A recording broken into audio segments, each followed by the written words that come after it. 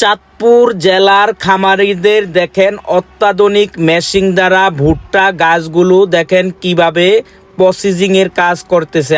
আর এই ভুট্টা গাছগুলোর ভিতরে ভুট্টা সহ ওনারা প্রসেসিং এর কাজ করতেছে গরুর খাবারের জন্য। দেখেন এই খাবারটি খুবই স্বাস্থ্যকর এবং কি পুষ্টিকর খাবার। গরু মোটা তাজা করার জন্য অন্যরকম একটি ভূমিকা পালন করে। এই প্রসেসিং এর কাজ চলতেছে আমাদের চাঁদপুর জেলার উত্তর মতলব থানায়। দেখেন ওনাদের প্রসেসিংটা এত পরিমাণ আমার ভালো লাগছে, আপনাদের মাঝে তুলে ধরলাম। আপনাদের যদি ভালো লেগে থাকে অবশ্যই শেয়ারের মাধ্যমে চাঁদপুর জেলার বাসীকে দেখানোর সুযোগ করে দিবেন। দেখেন কত সুন্দর করে ওনারা মেশিনের দ্বারা ওনারা এই প্রসেসিংটি করতেছে। আমার কাছে এত পরিমাণ ভালো লাগছে, আপনাদের মাঝে তুলে ধরলাম। প্লিজ প্লিজ প্লিজ একটু শেয়ার করে সবাইকে দেখার সুযোগ করে দিবেন।